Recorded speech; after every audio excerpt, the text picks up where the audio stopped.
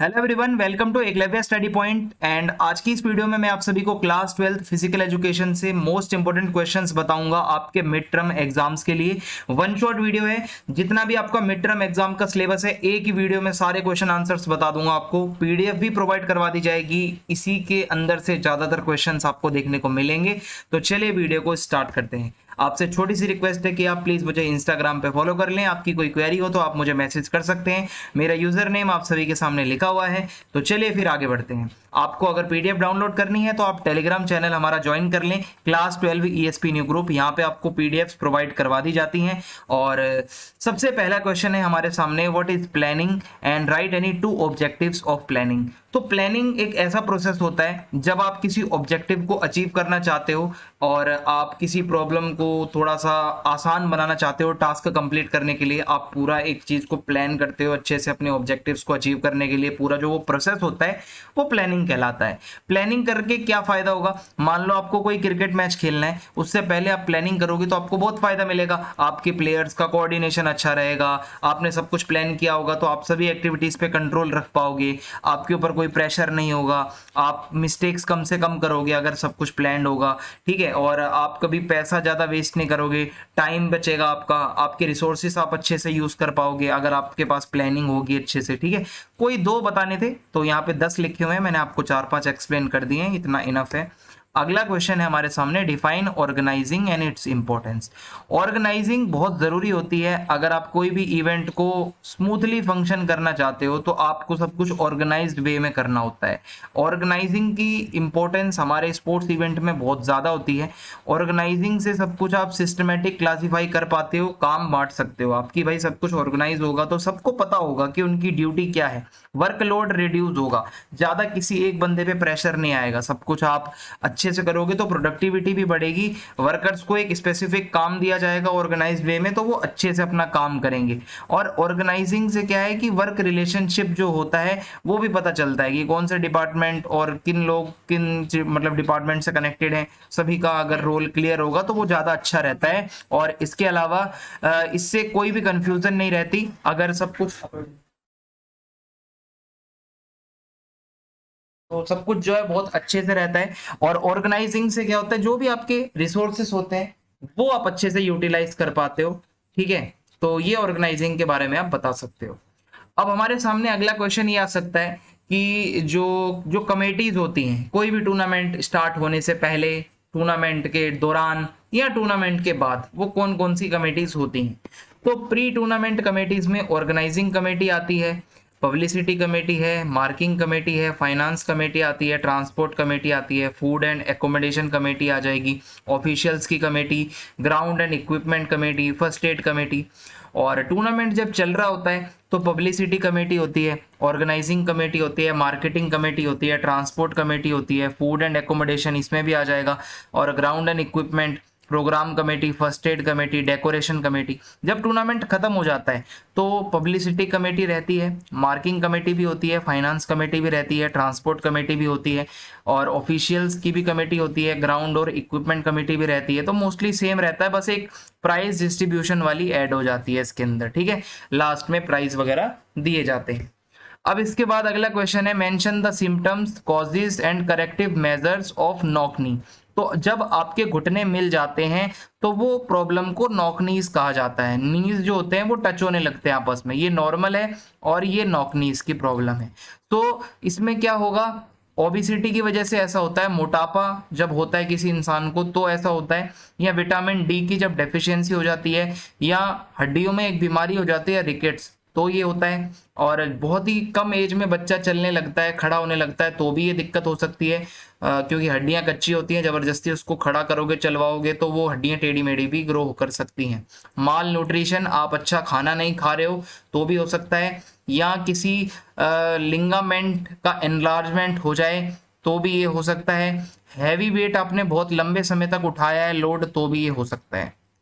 आप इसके लिए हॉर्स राइडिंग करो भाई, पद्मासन करो, अपने पैरों के बीच में पिलो डालकर सो भाई। और वॉकिंग कैलिपर्स आते हैं, ठीक है, वो नकली पैर से होते हैं, आप उसको डालकर चलोगे तो एक गैप बना रहेगा।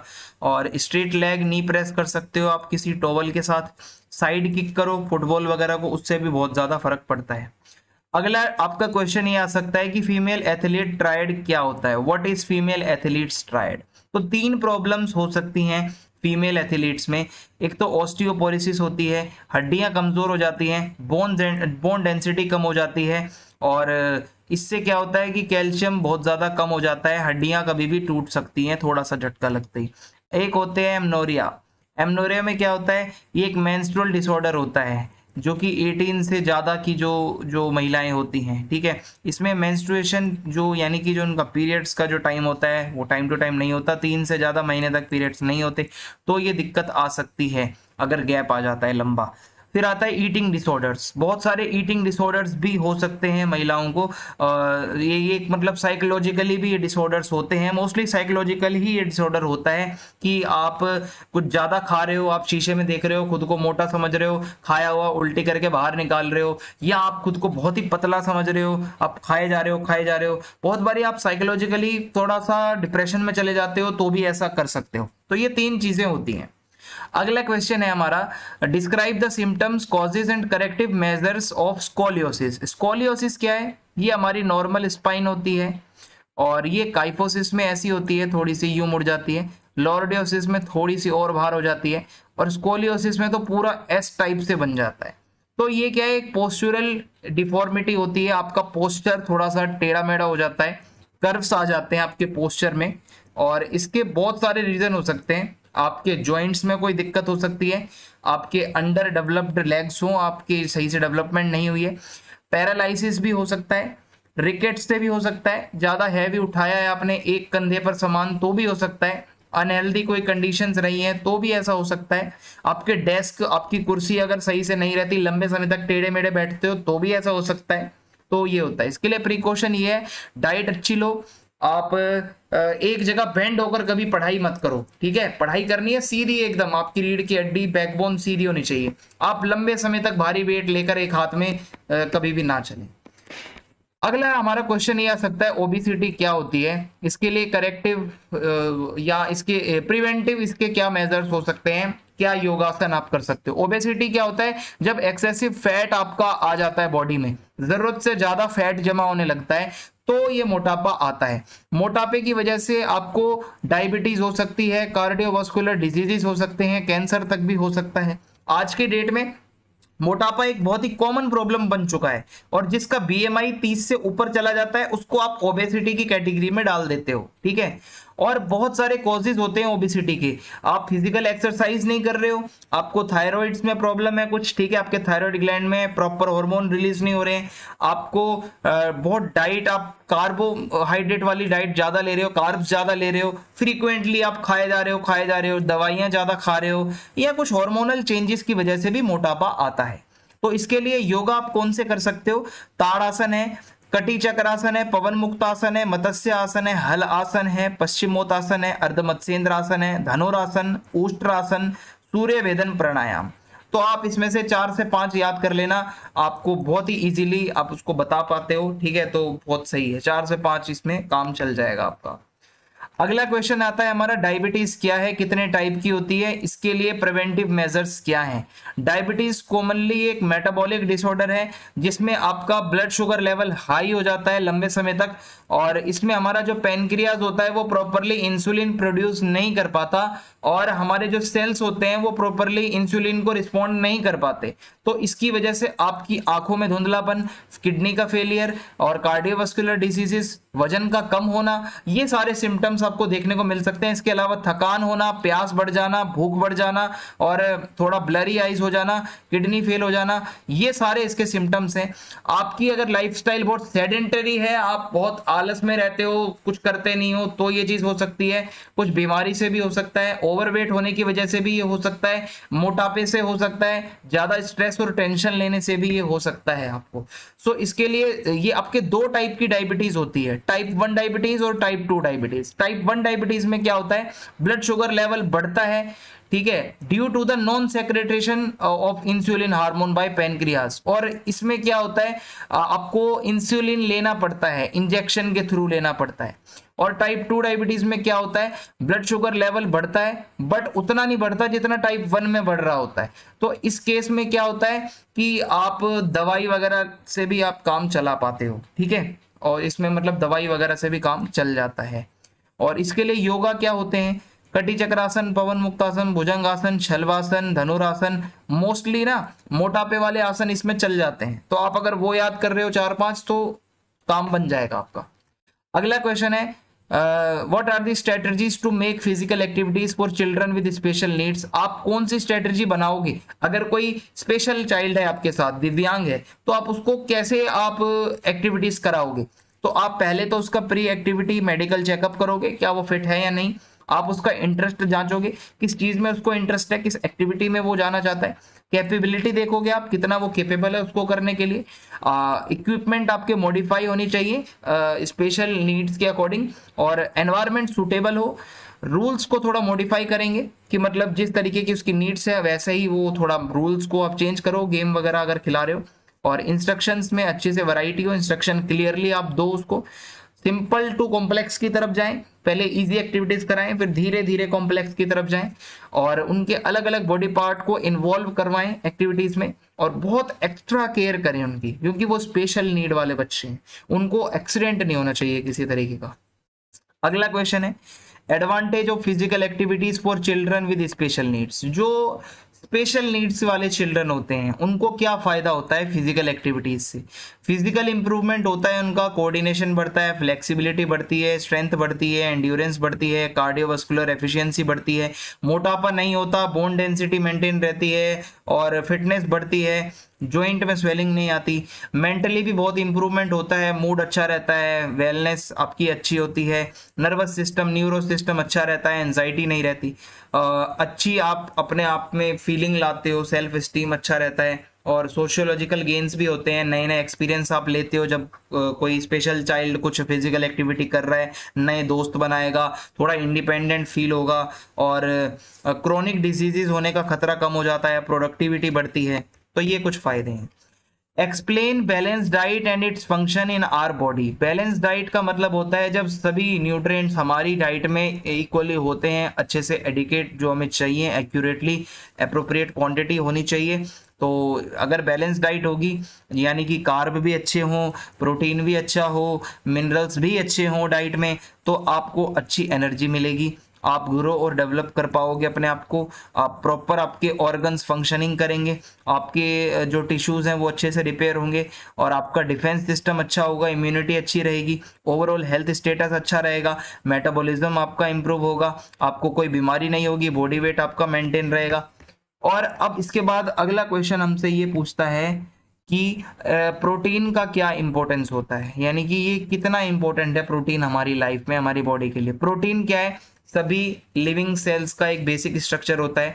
प्रोटीन जो है are main components of muscle, हमारी मसल प्रोटीन से ही बनती है, टेंडन्स, लिगामेंट, ऑर्गन, ग्लैंड्स, ये सब इसी से ही बनते हैं, ठीक है।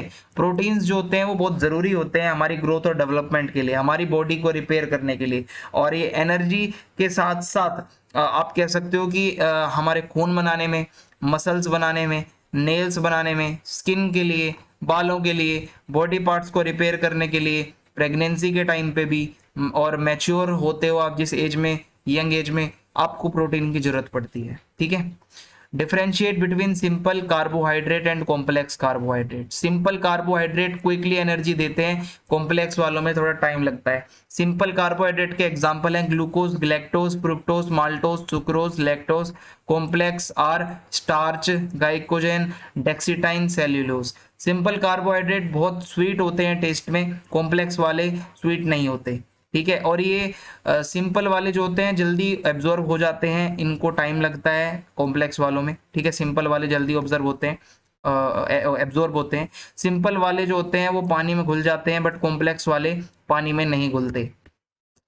Explain fat soluble vitamin and their sources and water soluble vitamin and their sources. Vitamin जो होते हैं हमारे वो दो तरीके के होते हैं, वाटर सोलेबल और फैट सोलेबल। वाटर वाले में बी और सी आते हैं और इसमें vitamin A, vitamin D, vitamin के और विटामिन ई आता है। अब मैं आपको इसके सोर्सेज बता दूं। विटामिन ए आपको मिलता है लीवर ऑयल्स में, एनिमल के लीवर में, यॉर्क में, मिल्क में, yolk milk, milk products, carrot में।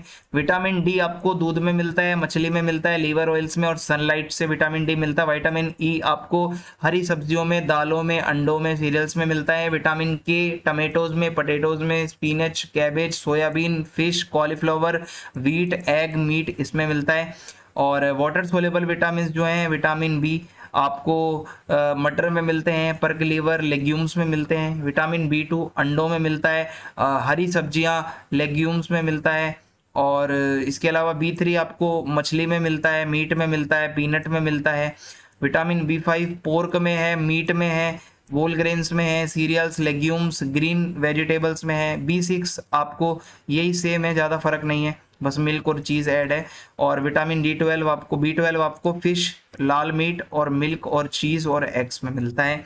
तो ये विटामिन के बारे में है। और विटामिन सी आपको सिट्रस फ्रूट्स में मिलता है, जैसे कि आपका लेमन है, ऑरेंज है, कीवी है और मैंगो, पपाया, पाइनएप्पल से भी मिलता है। ये आपको एक डाइट का आपको बता रहा हूं मैं, कंपोनेंट्स का चार्ट है, ये आप जरूर याद रखना, यहाँ से भी क्वेश्चन आ सकता है कि एक आपसे मैक्रो और माइक्रो न्यूट्रिएंट्स में डिफरेंस पूछा जा सकता है। तो मैक्रो वो न्यूट्रिएंट्स होते हैं जो हमें ज़्यादा चाहिए होते हैं, कार्ब्स हैं, फैट्स हैं, प्रोटीन है। कार्ब मैंने आपको सिंपल कॉम्प्लेक्स दोनों पढ़ा दिए।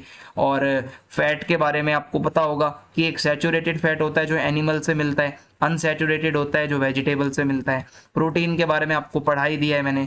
माइक्रो न्यूट्रिएंट्स के अंदर आपके विटामिन्स आते हैं, मिनरल्स आते हैं, ठीक है, विटामिन्स आपको पढ़ा दिए हैं। मिनरल्स में आपके मैक्रो और माइक्रो मिनरल्स होते हैं, कैल्शियम, पोटेशियम, सोडियम, मैग्नीशियम, ये आपको ज़्यादा चाहिए होते हैं। माइक्रो यानी कि जो थोड़े कम चाहिए होते हैं, iodine, iron, chromium, copper, chlorine, zinc, sulphur. तो ये आपका चार्ट आप जरूर याद रखना। इसी के साथ हमारी ये वीडियो खत्म होती है। फीडबैक जरूर देना कमेंट बॉक्स में और चैनल को सब्सक्राइब करना ना भूलें। जय हिंद, जय भारत। वीडियो को शेयर